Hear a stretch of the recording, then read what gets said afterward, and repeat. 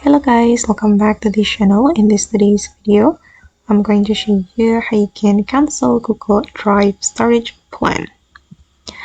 Okay, let's get into it guys. I have opened my Google Chrome, and first of all, I'm going to open up my Google account. I'm going to click on my profile right here, and I'm going to go to manage your Google account. Okay, and just hold on, it's loading. And here we need to go to the payments and subscriptions, right? And then scroll down until you find the Google One subscription, and you can tap on that.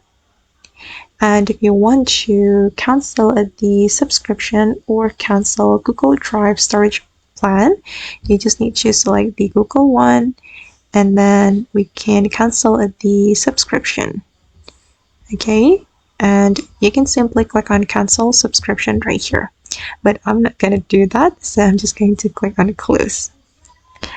Okay guys, and that's all the way to cancel Google Drive storage plan. I hope this video will be useful for you. Thank you so much for watching, and bye.